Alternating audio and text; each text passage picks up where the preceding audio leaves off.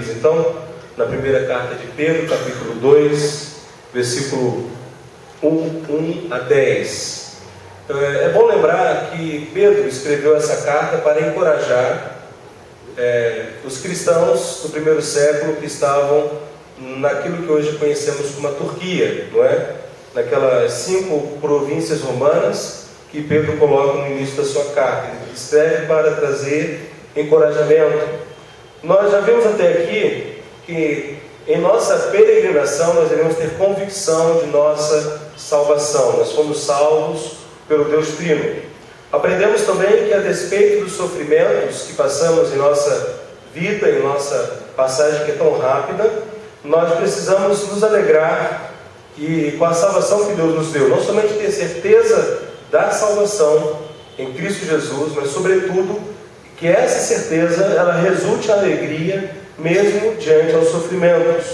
Vimos também que a salvação em Cristo Jesus ela resulta uma radical transformação em nossas vidas. Não é possível uma pessoa falar que crê em Jesus, que teme a Deus e continua vivendo uma vida de pecados. Não é possível uma pessoa falar que ela é salva em Cristo Jesus, mas vive uma vida mundana.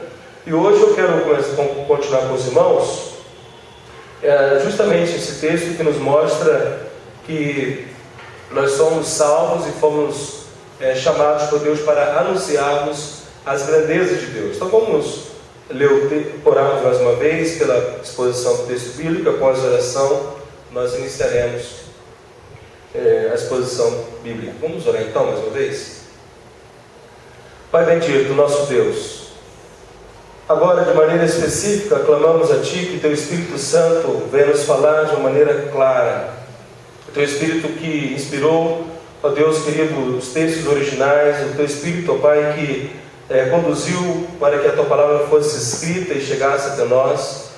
Venha também, ó Deus, dar-nos entendimento, iluminar-nos a nossa mente, ó Deus amado, abrir-nos nossos olhos, nosso coração, para recebermos de bom grado a Tua palavra e que a Tua palavra seja frutífera em nossas vidas, de modo que o modo que vivemos, ó Deus, seja verdadeiramente a expressão da Tua graça salvadora, da Tua graça que nos santifica.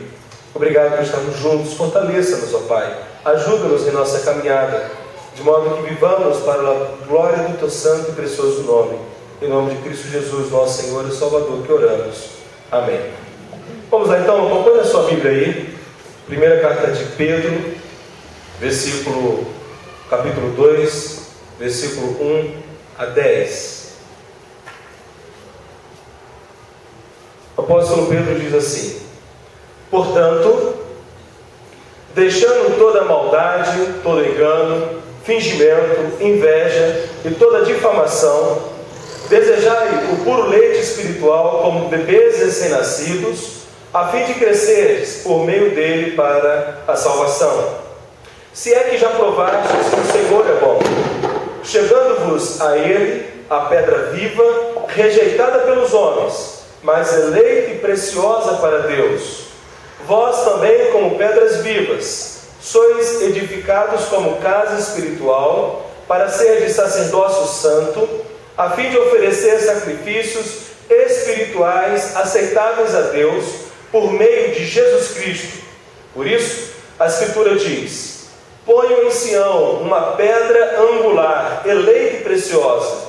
Quem nela crer não será desapontado. Assim, para vós os que credes, ela é preciosa, mas para os descrentes, a pedra que os construtores rejeitaram foi colocada como a principal, a pedra angular, e como pedra de tropeço e rocha que causa a queda, porque eles tropeçam na palavra por serem desobedientes, mas para isso também foram destinados.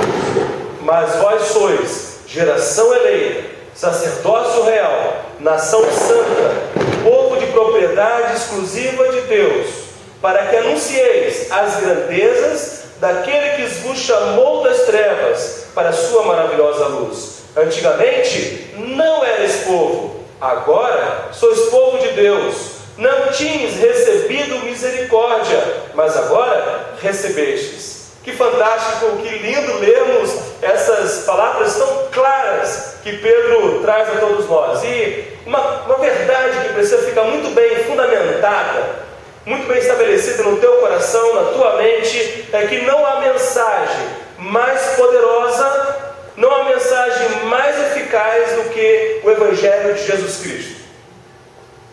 Como seguidores de Jesus, nós precisamos ter essa convicção. Não há mensagem mais poderosa do que o Evangelho de Cristo. Não há obra mais perfeita do que a obra promovida por Deus para nos salvar. A obra que Deus realizou para que nós pudéssemos gratuitamente recebermos o seu perdão, a sua salvação. Não há obra mais bela do que essa, mais perfeita do que essa. E também, meus irmãos, não há missão mais preciosa do que a que nos foi confiada por Deus. Estou pensando nisso, pensando acerca da mensagem, da obra e da missão. Como que nós anunciamos as grandezas de Deus?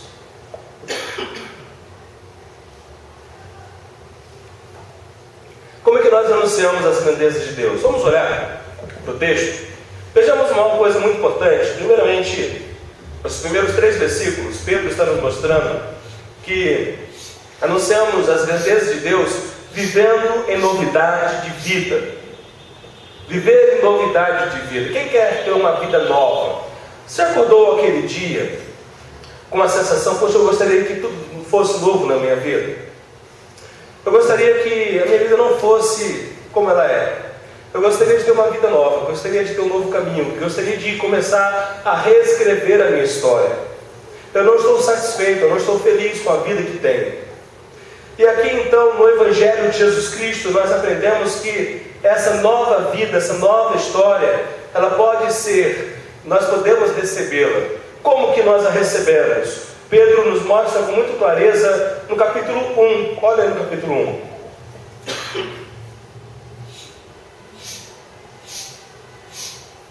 Versículo 3. Pedro diz o quê? Bendito seja o Deus e Pai de nosso Senhor Jesus Cristo, que nos regenerou para uma viva esperança. Qual que é a questão? A questão é a seguinte: muitas das vezes nós ansiamos ter uma vida, uma nova história, desejamos ter uma vida diferente que tivemos. Como é que eu posso ter essa vida? Pelo simples fato, pela simples realidade daquilo que Deus fez. Deus em Cristo Jesus, Ele nos regenera. A convicção de que Deus nos torna novas criaturas, ela é imprescindível para que eu tenha uma vida nova. Ser regenerado, ser nascido de novo, ser gerado de novo por Deus, é a base, é o pontapé inicial para que a sua história seja reescrita.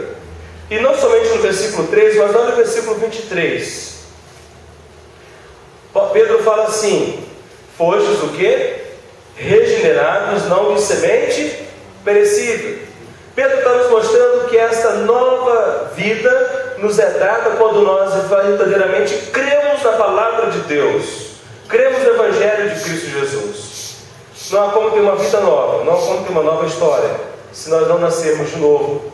Então, quando Pedro nos coloca acerca da obra que Deus realizou em nossa vida, irmãos, como que eu posso anunciar as grandezas de Deus? É muito simples, é muito claro, não há mistério. Nós anunciamos as grandezas de Deus quando nós vivemos em novidade de vida. Eu só posso viver em novidade de vida se eu fui regenerado. Quando nós compreendemos essa declaração, essa afirmação bíblica, nós vamos compreender que o que Pedro está mostrando aos cristãos do primeiro século é que eles haviam nascido de novo para agora viver em novidade de vida. Portanto, agora a vida deles não poderia mais ser caracterizada pelas marcas do velho homem. O que Pedro está nos mostrando é que, como novas criaturas em Cristo Jesus, a maneira como eu vivo, a maneira como eu penso, a maneira como eu ajo, não pode ser mais marcada pelas ataduras do velho homem. Nós não podemos mais viver como vivíamos em Cristo Jesus. Irmãos, isso é tão importante porque a linguagem bíblica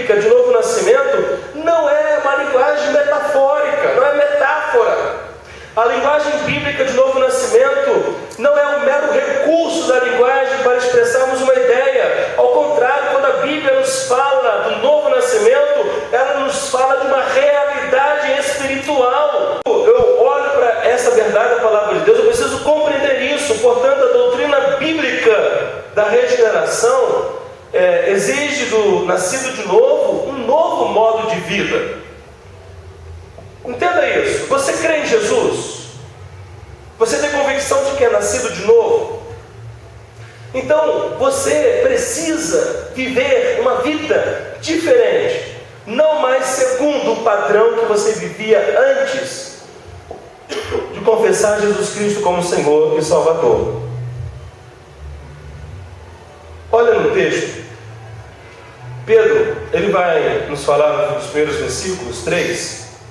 Observe os verbos. Primeiro verbo do versículo 1. O que ele diz aí? Deixando. Ele fala, deixando. Outro verbo que precisamos observar, qual que é? Olha o versículo 2. Desejai. Olha que interessante. Deixando. O que eu preciso deixar? Se eu fui regenerado por Deus, se eu verdadeiramente nasci de novo, eu preciso deixar as marcas desse velho homem. E agora, deixando aquilo que eu era, eu preciso agora desejar coisas novas, não é? E depois ele vai usar um outro verbo que ele fala o quê? A fim de crescerdes. Então, o que é importante dizer que, amados, é obrigatório, preste atenção nisso. É obrigatório a todo aquele que nasce de novo deixar, abandonar. A palavra aqui no grego para deixar é uma ideia de uma absoluta rejeição. É uma absoluta rejeição. É uma rejeição total. É uma rejeição integral por parte da pessoa na maneira de pensar. O que eu penso e é contrário a palavra de Deus, o que eu penso é característico do meu velho homem. O que eu sinto que é característico do velho homem. O que eu faço que é característico desse velho homem. Tudo isso que eu penso, sinto e faço que não caracteriza um novo nascimento, eu preciso então rejeitar da minha vida. A ideia que Pedro está trazendo é exatamente essa, de uma rejeição total. É abandonar as marcas daquilo que antigamente imperava na minha vida, antes da obra regeneradora que Deus fez. Vamos olhar alguns textos da Bíblia? Lá em Efésios capítulo 4, 22, quero convidá-la. Abre em Efésios 4, 22.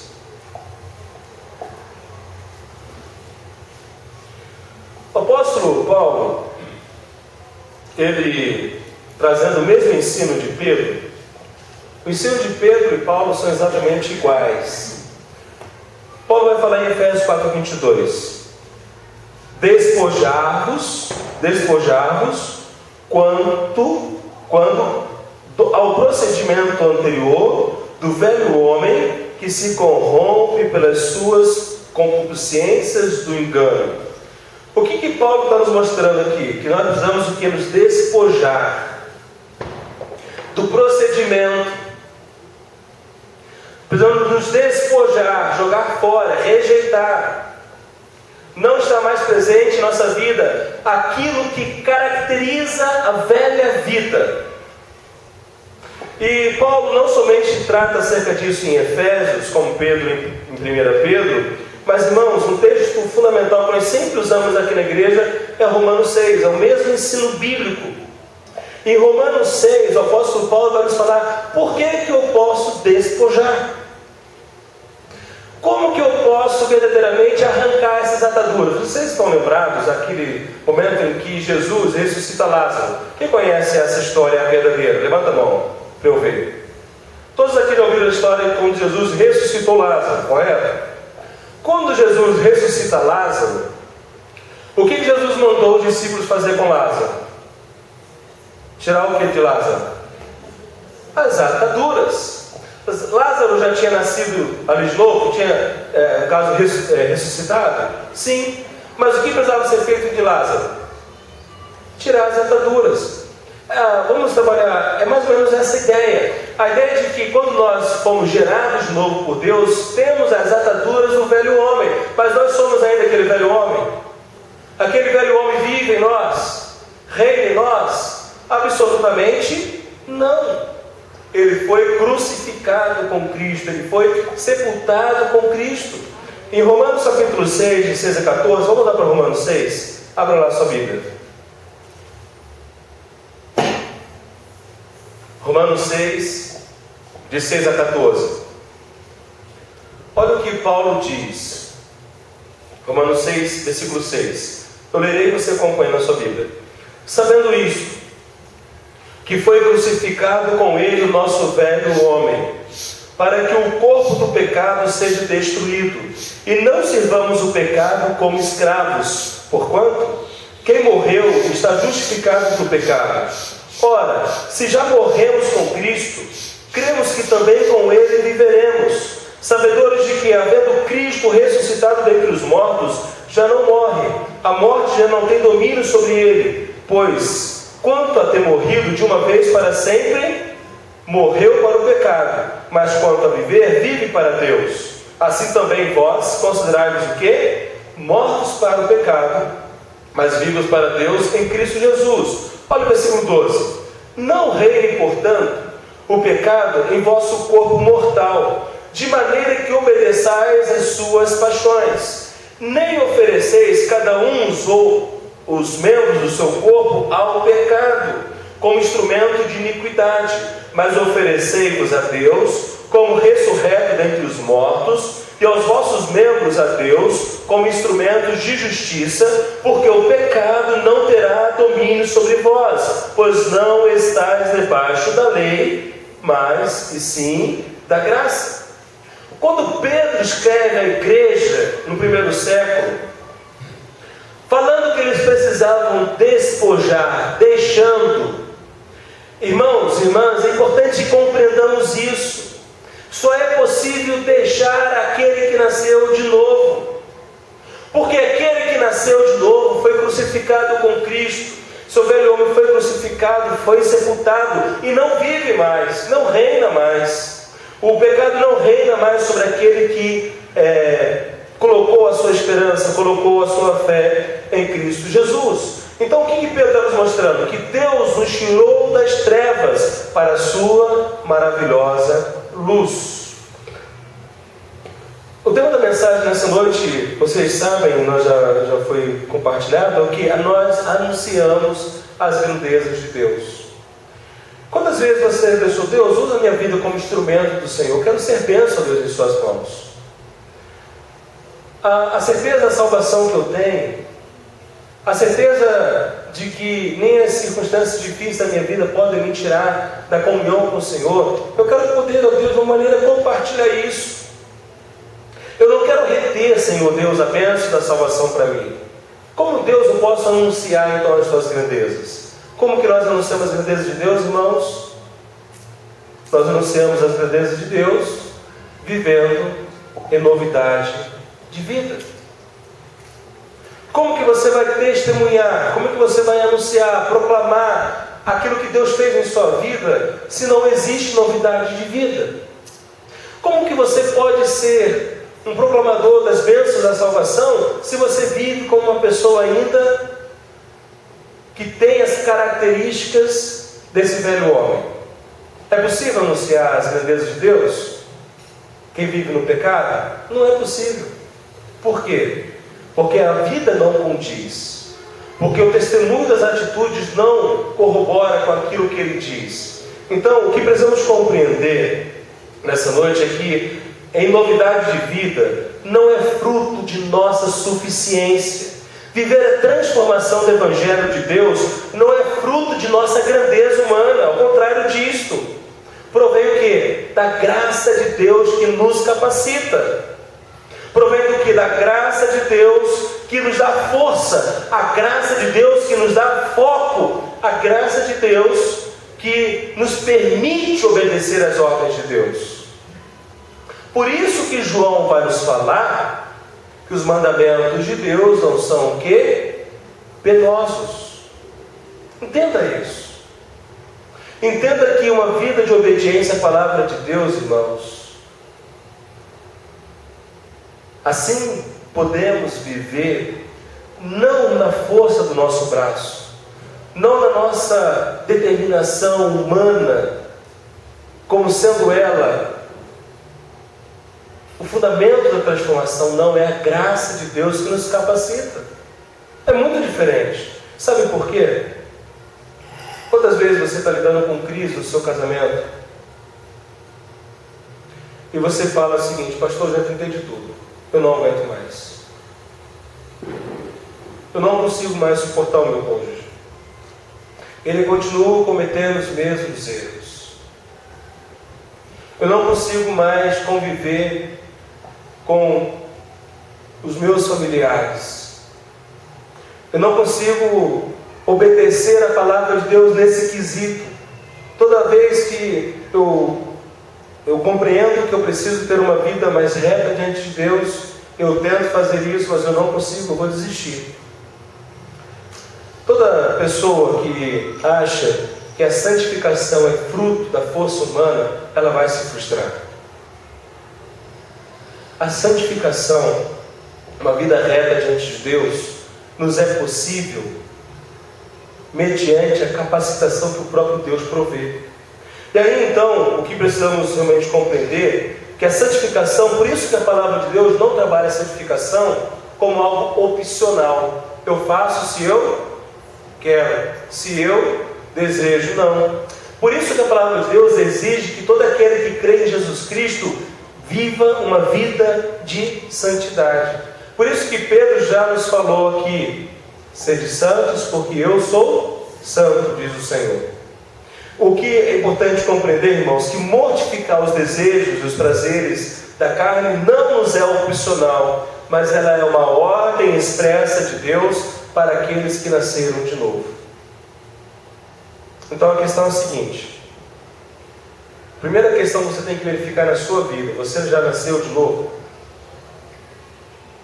Você já foi regenerado por Deus? Porque se você não foi regenerado por Deus, se você tentar buscar uma vida correta diante de Deus com base em você mesmo, você vai cair do cavalo. Não vai dar certo. E aí então, vamos observar que Pedro vai nos mostrar algo extremamente importante. Observemos que a santificação, então, ela não é opcional, é uma ordem expressa para aqueles que foram regenerados. Vamos abrir lá em Gálatas capítulo 5. Abra, por favor, aí, Gálatas capítulo 5.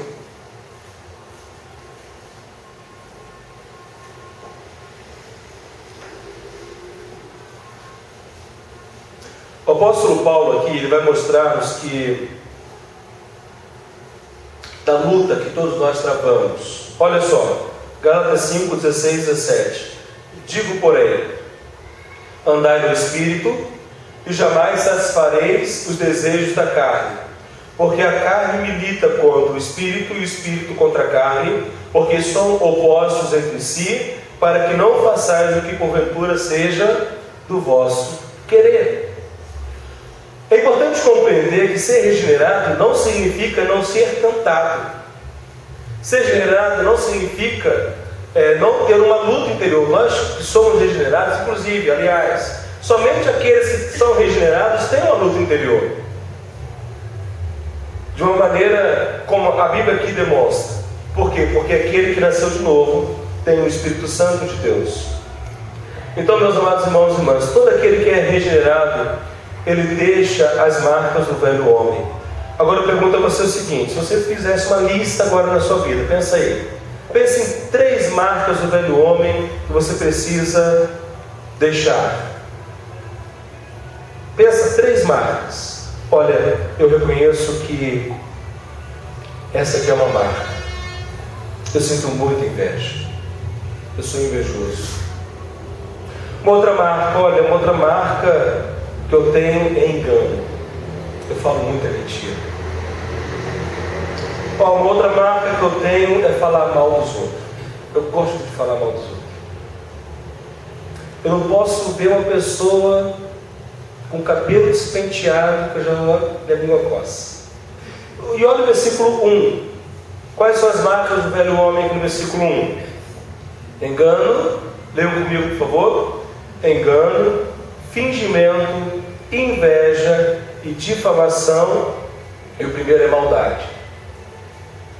É importante que você faça uma lista pessoal. E ao longo dessa semana, verifique como que essas marcas desse velho homem ainda se manifestam em sua caminhada. Versículo 2, então, nós aprendemos que todo aquele que é regenerado deseja, como beber, o puro leite espiritual, que é a palavra de Deus. E é interessante, vamos pensar o seguinte: quem aqui é mamãe e já amamentou? Levante as mãos. Mãe, você tem certeza disso, você vai se lembrar. Qual foi a primeira sensação que você teve quando colocou o seu filho ou sua filha no seu colo e pela primeira vez ele sugou o leite? Às vezes a criança morde, a Vivi fazia isso, sabe? A Vivi só fez aquela mordida, não é? Mas aquela sensação, lembra da sensação? Nós homens não sabemos o que é isso, é privilégio de mulher. Eu tenho certeza que toda mãe é uma experiência única com o filho. É uma experiência da maternidade que é belíssima. Poder amamentar um filho. O que aqui Pedro está nos mostrando é que aquele mesmo desejo que um bebê recém-nascido suga o leite da mãe, com aquela vontade, com aquele desejo, aquele leite que vai nutrir o bebê, aquele leite que vai dar ao bebê não somente o alimento para o seu crescimento, mas também vai dar a ele a imunidade de muitas enfermidades, que permitirá que ele cresça com saúde. Da mesma maneira que um bebê recém-nascido, ele suga o leite da mãe, esse tem que ser o desejo, irmão, de todos nós. Independente do tempo que eu tenho de conversão. Assim como um bebê recém-nascido anseia pelo leite da mãe, nós precisamos, como seguidores de Cristo Jesus, ansiarmos pela palavra de Deus. Nos alimentarmos diariamente da palavra de Deus. Agora, quantas vezes uma mãe amamenta um bebê recém-nascido? É uma vez só por dia? É só 5 minutos por dia? Lembra-me que Viviane ficava horas com as meninas no peito, fazia até de chupeta, né? Mas o que? A criança recém-nascida, o que ela mais deseja é estar pertinho da mamãe, se alimentando. Essa é a imagem que Pedro está nos apresentando aqui. Um regenerado, aquele que nasceu de novo, tem esse desejo pela palavra de Deus. Então o que é importante? Talvez eu não esteja tendo esse desejo. Talvez na minha vida não estou buscando a palavra de Deus como preciso buscá-la. Então eu preciso, Pai, me perdoa, Senhor, porque eu não estou lendo a Tua palavra, não estou desejando a Tua palavra como preciso desejar. Que eu possa, a partir de hoje, buscar isso na minha vida. Então, Pedro nos mostra exatamente isso. Então, todo aquele que é regenerado, ele cresce em salvação, isto é, ele cresce em santificação. Então, meus amados, o que precisamos compreender é que em todos os passos da salvação, entenda isso, inclusive, a santificação é pura graça de Deus. É a graça de Deus que nos capacita. É a graça de Deus que nos fortalece. Agora, o que difere a santificação dos outros aspectos da obra salvadora? É que na santificação nós somos o quê? Ativos. Na santificação nós somos proativos. Na santificação nós ouvimos o chamado de Deus à obediência. Nós tomamos conhecimento daquilo que é a vontade de Deus. Então, de uma maneira deliberada, pessoal, eu busco colocar em prática. Eu sei aquilo que Deus diz, eu conheço a palavra de Deus, eu estou me alimentando da palavra de Deus. Então a palavra de Deus para mim, ela não pode ser negligenciada, não pode entrar por aqui e sair por aqui, mas então agora eu vou colocar isso em prática. A santificação é pela graça de Deus, mas a santificação acontece por uma busca pessoal. Estão entendendo isso? É graça de Deus. Vamos conseguir, de fato, crescer em santificação, mas à medida que, em obediência, cumprimos o que a palavra nos diz. Então, como nós precisamos compreender essas verdades? E Pedro continua a nos mostrar algo muito interessante, no versículo 3. Ele vai nos falar o que no versículo 3? Se é que já provastes que o Senhor é bom. Pedro está nos mostrando exatamente isso. Vocês já provaram. Esse ser aqui não é um ser condicional de dúvida, mas na verdade é uma afirmação que ele está fazendo. Vocês já sabem que Deus é bom. Vocês já sabem que Deus regenerou vocês. E vocês então sabem que vocês conseguirão deixar. É difícil, é luta, é busca, obediência, mas só que o fazemos não na dúvida, mas na certeza, na convicção de que lograremos êxito, que conseguiremos de fato assim proceder. Então, quem já experimentou que o Senhor é bom, ele deixa a vida de pecados. Amados, presta atenção nisso. Não tem como uma pessoa falar que é convertida, que foi regenerada por Deus, e continuar vivendo no pecado. Não tem como. Porque aquele que nasceu de novo, ele deixa a vida de pecados e deseja crescer em santidade. Compreenderam como que Pedro está trabalhando com a igreja? E vamos lembrar de uma outra coisa, irmãos. Isso aqui tem a ver com encorajamento. Isso aqui tem a ver com consolo. Como que nós somos consolados no nosso dia a dia, nas lutas que passamos, em nossa vida doméstica, em nossa vida familiar, em nossa vida profissional. Trazendo a memória, trazendo a lembrança de que nós somos novas criaturas e precisamos desejar viver de acordo com a palavra de Deus. Pedro continua. Como que nós anunciamos as grandezas de Deus? Não somente vivendo em novidade de vida, mas agora tem algo muito sério que Pedro vai nos colocar no versículo 4 a 8. Observe um contraste. Existe aqui no versículo 4 a 8 um contraste. Eu vou ler e você acompanha a sua Bíblia.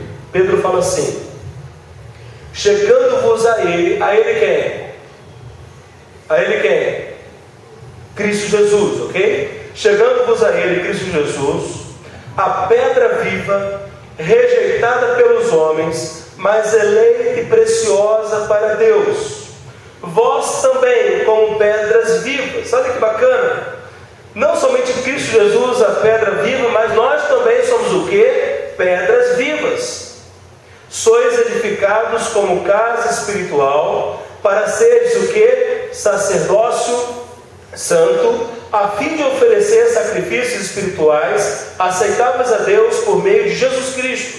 Por isso, a Escritura diz: ponho em Sião uma pedra angular, eleita e preciosa. Quem nela crê não será desapontado. Olha que quanta verdade maravilhosa está diante de nós. Vejamos o versículo 7. Assim vós, os que credes, ela é preciosa. E agora Pedro ele vai fazer um contraste. Ele falou daqueles que foram regenerados, daqueles que creram. Agora Pedro vai fazer um contraste. Mas o quê? Mas para os descrentes, a pedra que os construtores rejeitaram foi colocado como a principal, a pedra angular, e como pedra de tropeço e rocha que causa queda. Porque eles tropeçam na palavra, por serem desobedientes, mas para isso também foram destinados. E meus queridos irmãos e irmãs, Pedro aqui, ele inicia e termina com um ensino que incomoda muitos. O que Pedro está trabalhando aqui é um assunto extremamente sério, mas infelizmente muitos pastores fazem vistas grossas. O que Pedro está tratando aqui é extremamente sério, mas muitas igrejas procuram evitar esse assunto e não ensinam corretamente o que o texto diz. O que Pedro está nos mostrando é que do início ao fim, na obra da salvação, é pura graça de Deus, é soberania de Deus. É um Deus soberano que age, é um Deus soberano que conduz. E Pedro aqui ele faz um contraste claro entre aqueles que foram eleitos, entre aqueles que foram separados, entre aqueles que foram eleitos e os seu modo de vida daqueles que permanecem reprovados. E por que são reprovados? Isso aqui é muito sério. Pedro aqui nos apresenta quem é o eleito de Deus e como é a vida daquele que é eleito de Deus. Pedro está mostrando aqui quem é aqueles que são reprovados e como é a vida daqueles que são reprovados. E, irmãos, é muito importante nos atentarmos a isso, porque nesse contraste que incomoda, nós temos as características. Observemos algumas características. Quais são as características daqueles que são eleitos de Deus? Está muito claro no texto. Primeiramente, os eleitos de Deus, eles são atraídos a Cristo Jesus. Observe o que Pedro diz: chegando-vos a Ele a pedra viva. Chegando-vos a Ele a pedra viva. Aqueles que são eleitos do Senhor chegam-se, são atraídos a Cristo Jesus. Aqueles que são eleitos do Senhor oferecem sacrifícios espirituais aceitáveis a Deus por meio de Cristo Jesus. Olha a continuação, versículo 5: vós também, como pedras vivas, sois edificados como casa espiritual para seres o quê? Sacerdócio santo, a fim de oferecer sacrifícios espirituais aceitáveis a Deus por meio de Jesus Cristo. Então os eleitos de Deus são atraídos a Jesus. Os eleitos de Deus, eles oferecem sacrifícios espirituais aceitáveis a Deus por meio de Cristo. E os eleitos de Deus, eles creem na palavra de Deus, eles creem na exclusividade de Cristo Jesus. Isso está muito claro no texto. Versículo 6: por isso a Escritura diz: ponham em Sião uma pedra angular, eleita e preciosa. Quem nela crer não será desapontado. Assim para vós o que credes, ela é preciosa. Então, quando nós olhamos e reconhecemos o que a palavra está nos mostrando, meus amados irmãos, quem crê na palavra de Deus se achega a Cristo Jesus. Como que eu posso saber se eu sou um eleito do Senhor, amado por Deus? Se eu creio em Cristo Jesus, se eu creio naquilo que a Bíblia diz, e crendo naquilo que a Bíblia diz, eu desejo viver uma vida de conformidade com a palavra de Deus. Isso é muito importante, porque nós aqui reconhecemos a graça do Senhor. E aquele que é eleito do Senhor, ele vai exercer o seu sacerdócio, oferecendo sacrifícios espirituais aceitáveis a Deus. E aí, você precisa pensar nisso. Eu me sinto atraído a Cristo Jesus quando eu reconheço a obra que Ele fez na cruz, no Calvário. Quando a Bíblia me diz que toda a nossa enfermidade, todos os nossos pecados, o castigo que nos traz a paz estava sobre Ele. Quando eu reconheço a obra que Jesus Cristo fez, isso move meu coração, isso mexe comigo. Eu me sinto atraído a crer nesse homem, a seguir esse homem, a dedicar a minha vida a esse homem. Amados irmãos e irmãs, nós precisamos olhar para a palavra. E quando Pedro escreve isso, com certeza Pedro está lembrando-se das palavras de Jesus. Vamos lá para João. Alex, traz uma outra água para mim, por favor. Eu estou bem resfriado, irmãos, então por isso que... João capítulo 10. Vamos olhar para aquilo que o Senhor Jesus falou. João capítulo 10, versículo 14 e 17. Jesus fala assim. Veja, irmãos, que é o próprio Senhor Jesus falando. Eu sou o bom pastor. Conheço as minhas ovelhas e elas me conhecem. Assim como o Pai me conhece e eu conheço o Pai e dou a minha vida pelas ovelhas, tenho ainda outras ovelhas que não são deste aprisco. É necessário que também eu as conduza. Elas ouvirão a minha voz, e haverá um rebanho e um pastor. Por isso o Pai me ama, porque dou a minha vida para retomá-la.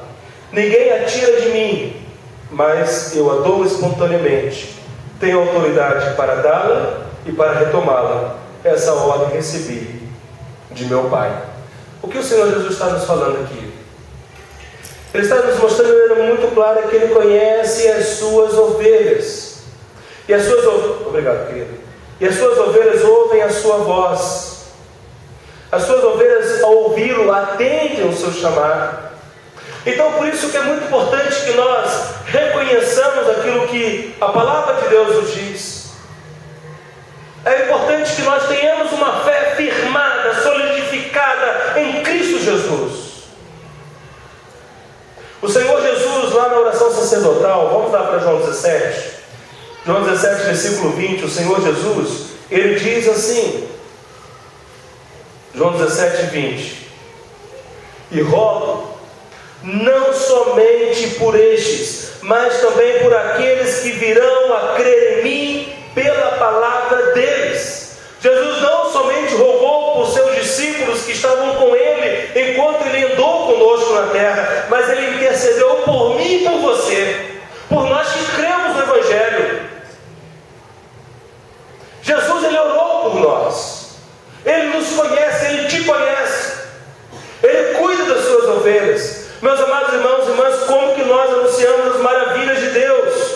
Nós anunciamos as maravilhas de Deus como eleitos do Senhor. E eleitos que têm atração, que são realmente pessoas que verdadeiramente amam a Jesus, amam a obra da cruz e anunciam o Evangelho da salvação. Por isso que Pedro, ele nos fala acerca do exercício do nosso sacerdócio individual. Queridos, com isso é muito importante reconhecer.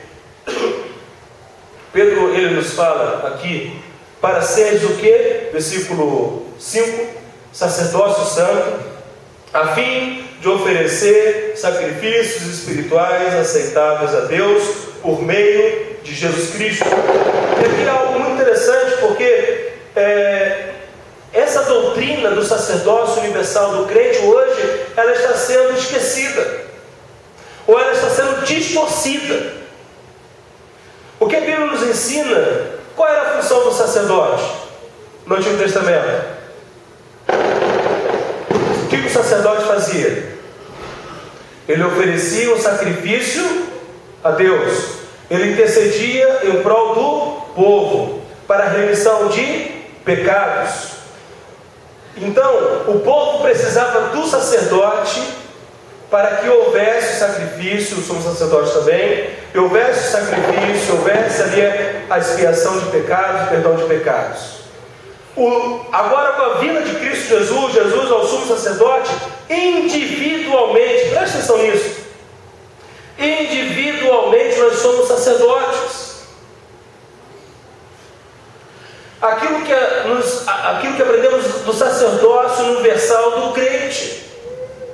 Eu não preciso de alguém intercedendo por mim para que Deus me aceite. Eu posso pessoalmente, diretamente ir a Deus por intermédio de Cristo Jesus.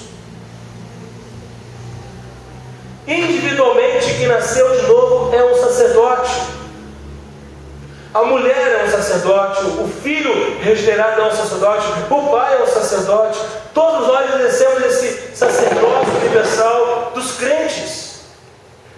E é importante isso, meus irmãos, porque nós podemos nos apresentar diante de Deus, nós não precisamos de intermediação de homens que o façam por nós. Agora, como é que nós exercemos nosso sacerdócio? Romanos 12:1. O que o apóstolo Paulo nos fala em Romanos 12:1?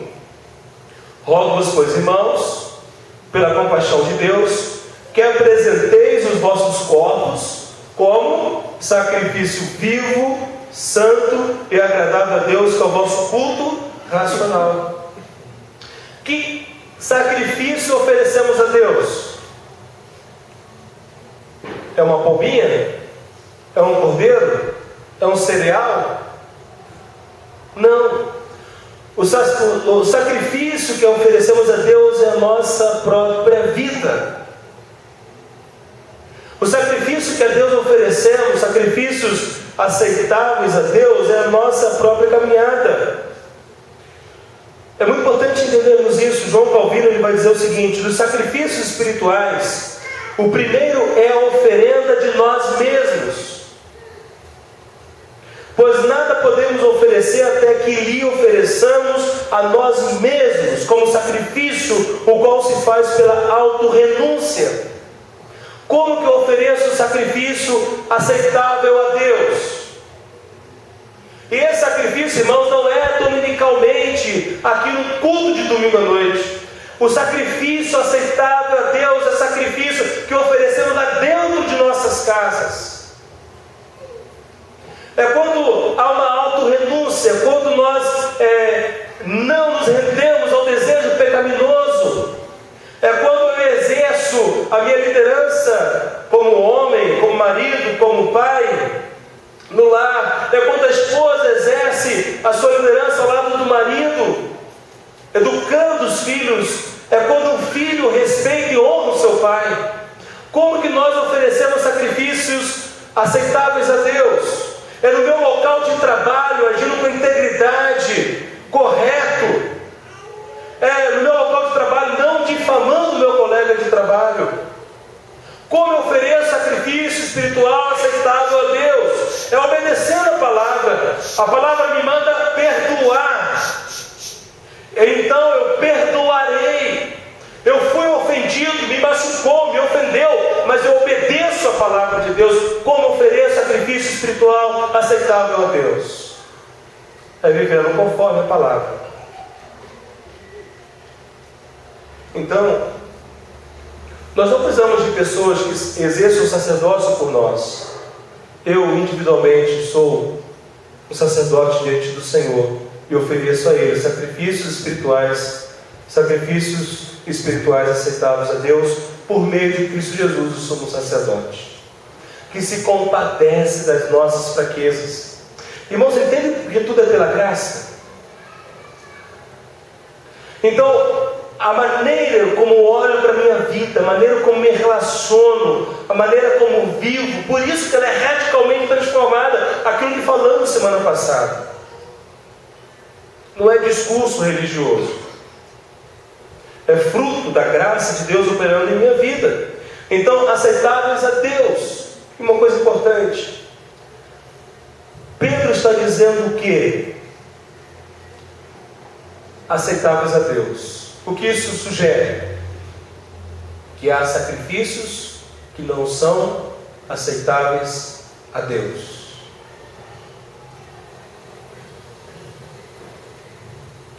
Há cultos que não são aceitáveis a Deus. Há orações que não são aceitáveis a Deus. Há fé, expressões de fé que não são aceitáveis a Deus. Deus estabeleceu um padrão, Ele tem um rigor, Ele estabeleceu normas, Ele estabeleceu os princípios que norteiam um culto, uma vida que Ele aceita. Deus não aceita tudo, só porque simplesmente prestamos a Ele. Então, meus queridos irmãos e irmãs, se desejamos desenvolver o nosso relacionamento com Deus, baseado em nossos próprios méritos, tenha certeza de uma coisa: você já fracassou. Se você deseja viver a sua vida como você bem entende, desprezando aquilo que Deus diz, pode ter certeza, Deus não vai aceitar. Deus não aceita tudo. Você aceita tudo?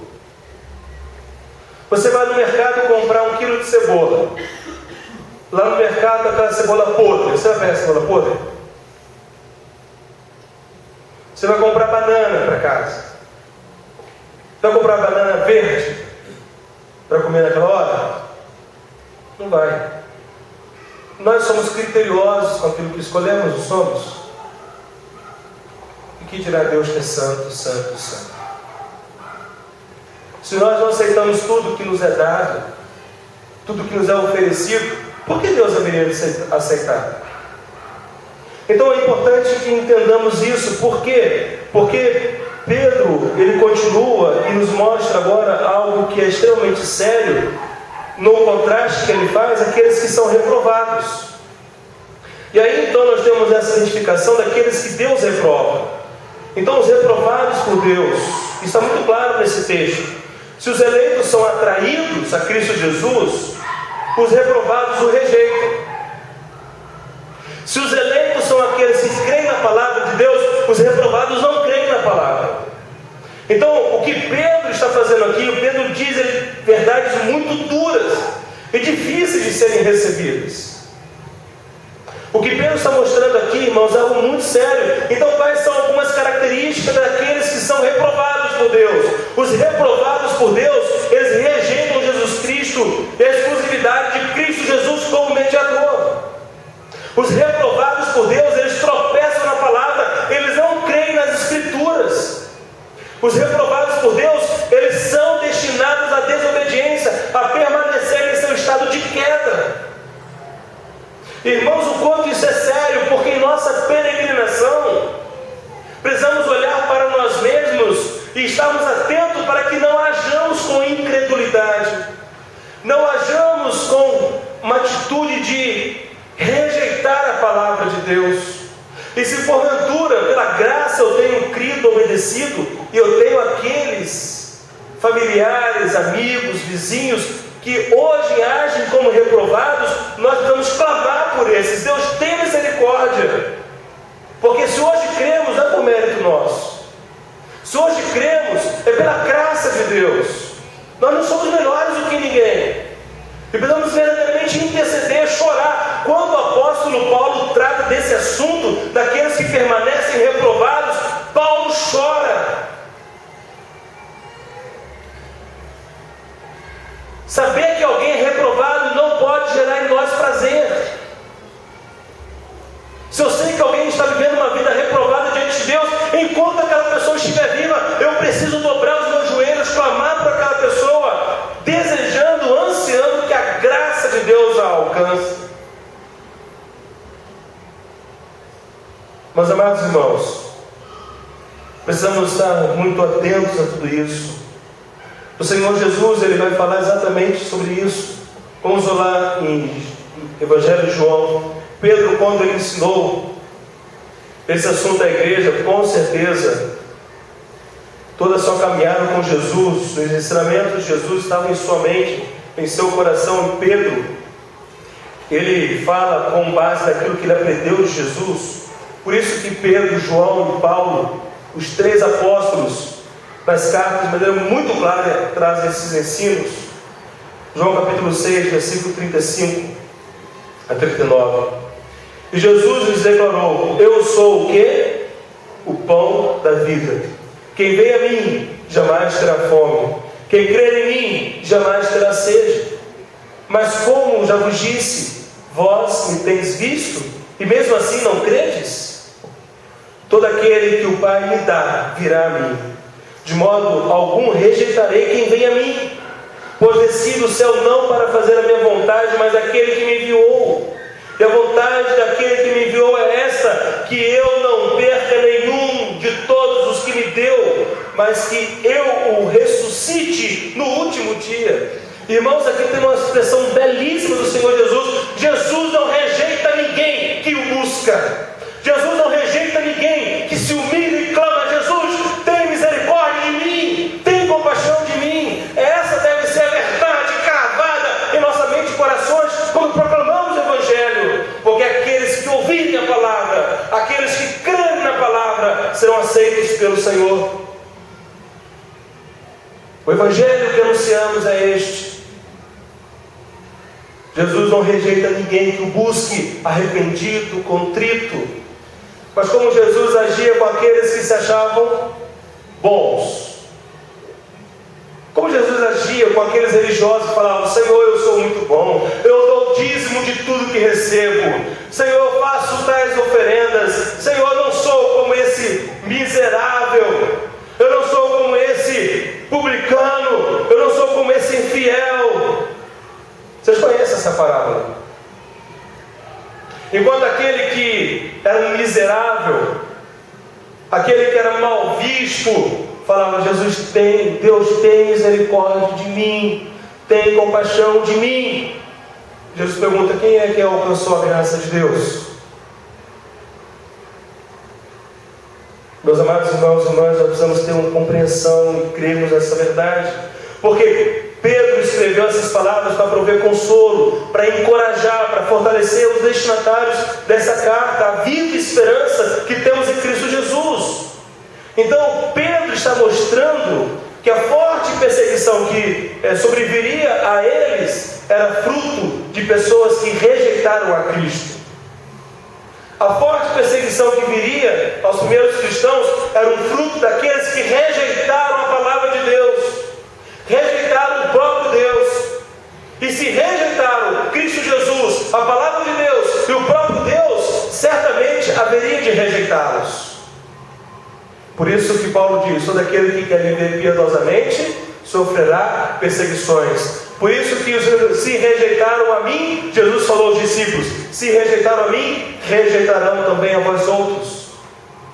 Pedro está trazendo consolo, conforto, preparando para o período difícil que eles haveriam de passar.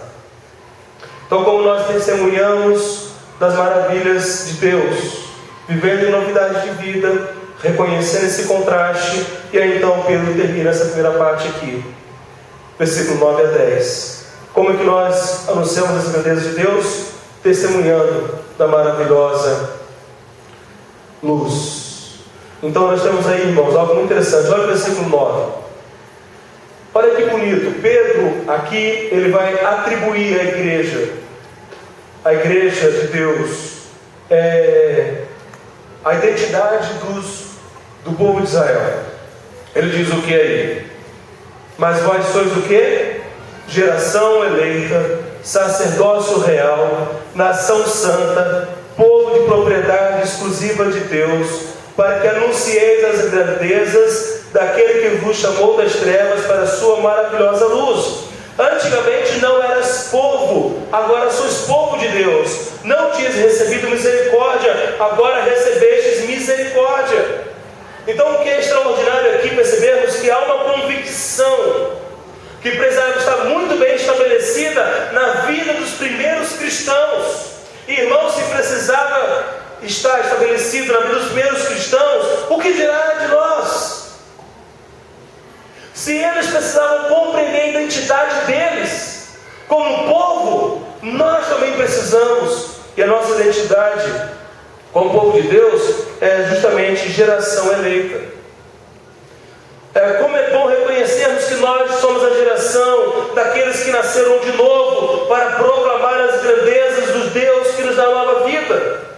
Que dá nova vida àquele que confia em Cristo Jesus. Eu fui regenerado para pregar o Evangelho, para anunciar a obra da salvação, para testemunhar a todos indistintamente. E aqueles que ouvirem, se arrependerem, crerem, seguirão a Jesus conosco. Pedro então fala geração eleita, ele fala também sacerdócio real. Como sacerdócio real é um povo que tem livre acesso ao Pai, é um povo que representa Deus Pai, é um povo que proclama o perdão dos pecados, é um povo que conclama as pessoas a arrependerem-se e crerem no Evangelho. Sacerdócio real é a certeza de que temos o perdão, de que aqui não há ninguém melhor do que ninguém, de que aqui todos nós somos iguais. Pedro usa também a expressão nação santa. Nação santa como um povo que é separado para viver debaixo do domínio de Deus e não mais debaixo do domínio do pecado. Nação santa, nação que é tirada de um ambiente de podridão. É uma nação que é tirada do meio das trevas e colocada no reino de Deus. E como nação santa nesse mundo, nós somos o sal. O sal que não permite que o mundo apodreça. Irmãos, presta atenção nisso. A igreja de Deus clamou pelo Brasil esses últimos meses. Precisamos continuar clamando. A situação só não piorou, e só não piora porque o povo de Deus ainda clama. por amor ao seu povo, Deus ele age com misericórdia. Nação santa. E o último termo que Pedro vai usar, o que? Povo de propriedade exclusiva de Deus. Propriedade exclusiva de Deus, que anuncia as grandezas de Deus, que separa um povo para seu inteiro agrado. Então, nós precisamos reconhecer isso. Como é importante, meus irmãos, os primeiros cristãos precisavam ter plena convicção da grande transformação que Deus operou em suas vidas.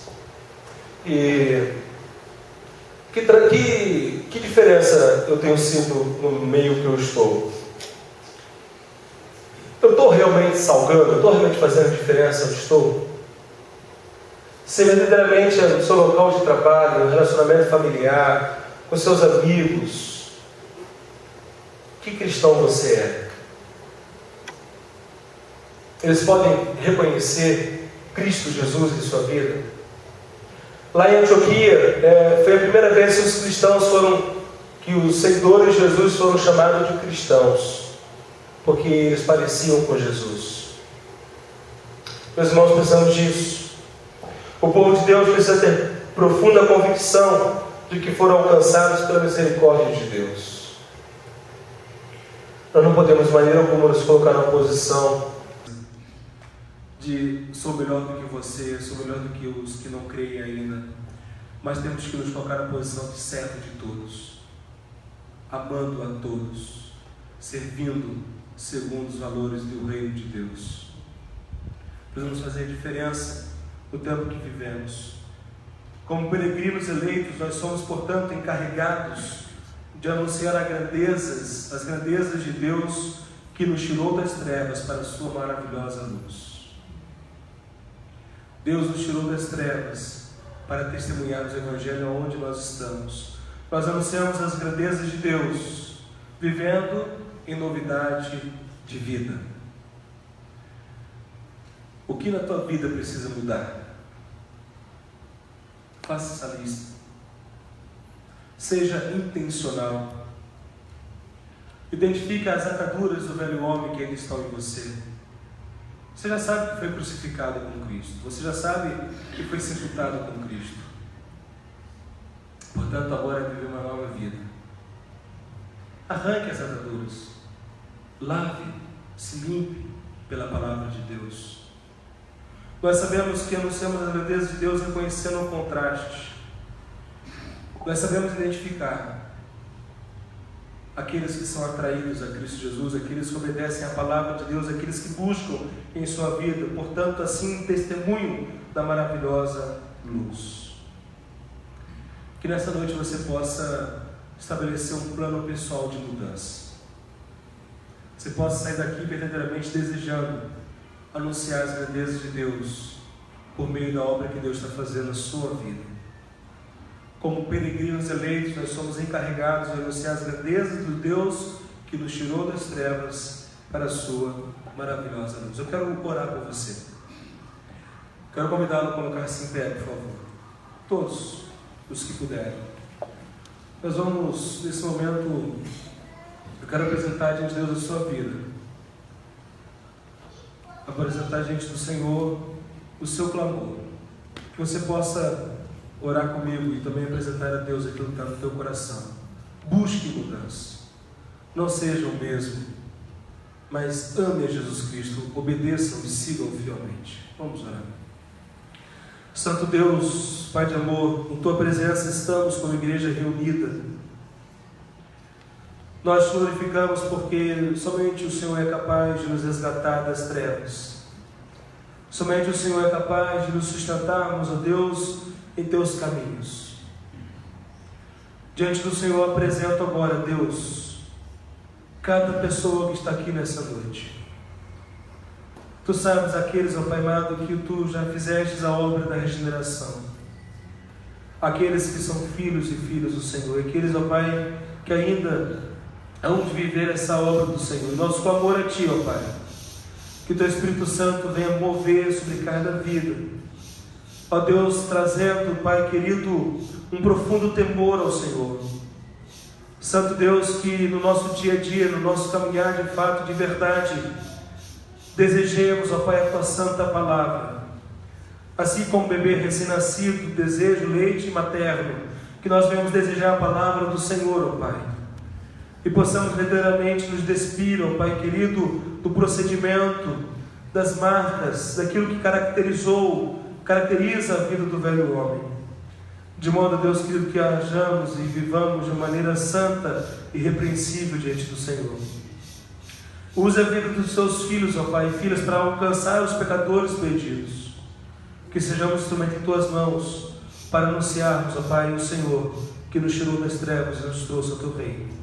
Perdoe, ó Pai, os nossos pecados, livra-nos e guarda de todo o mal. Em nome de Cristo Jesus que oramos. Amém. Vamos louvar o Senhor em pé como estão. Quero chamar a equipe de cânticos. Nós adoramos a Deus com os cânticos. Vamos adorá-lo nesse momento mais uma vez. Você que já tomou a decisão com base na obra que Deus tem feito em sua vida, e verdadeiramente quer seguir a Jesus e ainda não é batizado, ainda não declarou publicamente a sua fé, quero convidá-lo, venha me procurar, vamos conversar. Nós temos uma taça preparatória para o batismo. Então você que deseja verdadeiramente seguir os caminhos do Senhor, me procure que nós haveremos